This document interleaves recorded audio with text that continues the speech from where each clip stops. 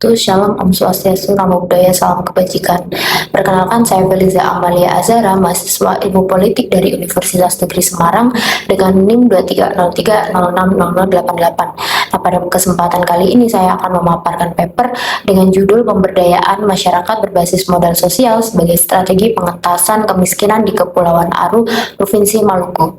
Nah, fokus kajian ini melihat bagaimana masyarakat di wilayah 3T seperti Kepulauan Aru ini bertahan dari kemiskinan bukan terutama lewat modal ekonomi, melainkan lewat modal sosial yang sudah tertanam dalam budaya mereka.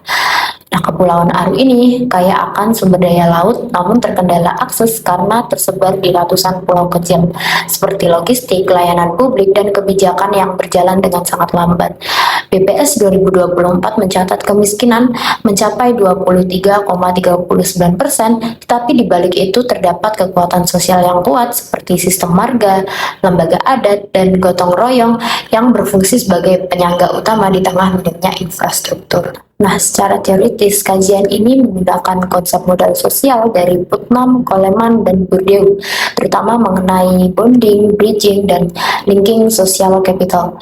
Nah, bonding ini menjadi bentuk modal sosial yang paling kuat di Kepulauan Aru karena keluarga besar dan komunitas adat ini saling menopang ketika krisis ekonomi. Kemudian bridging ini hadir melalui koperasi nelayan dan kelompok usaha lokal meski masih terbatas akibat hambatan secara geografis. Sementara linking yaitu hubungan antara masyarakat dan negara masih lemah karena kebijakan pembangunan yang bersifat top down dan partisipasi warga ini masih belum diakomodasi secara memadai.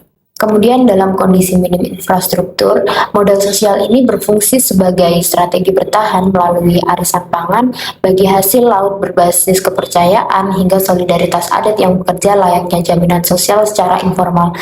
Nah, kemudian program seperti Lumbung Ikan Nasional ini menunjukkan bahwa ketika jejaring sosial nelayan ini diperkuat, maka kapasitas ekonomi mereka juga meningkat bahkan tanpa adanya intervensi finansial besar dari negara.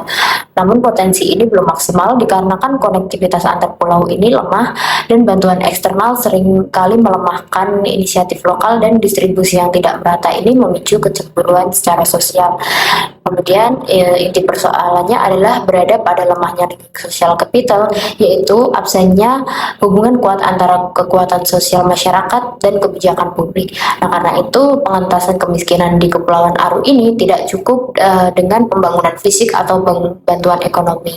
Seperti negara perlu menjadikan masyarakat sebagai mitra, memperkuat konektivitas, mengakui peran lembaga adat, dan membuka ruang partisipasi dalam kebijakan. Nah, jika modal sosial ini diintegrasikan dalam sistem formal, ia tidak lagi sekedar alat bertahan, tetapi dapat menjadi fondasi pembangunan yang inklusif dan berkelanjutan. Seperti itu.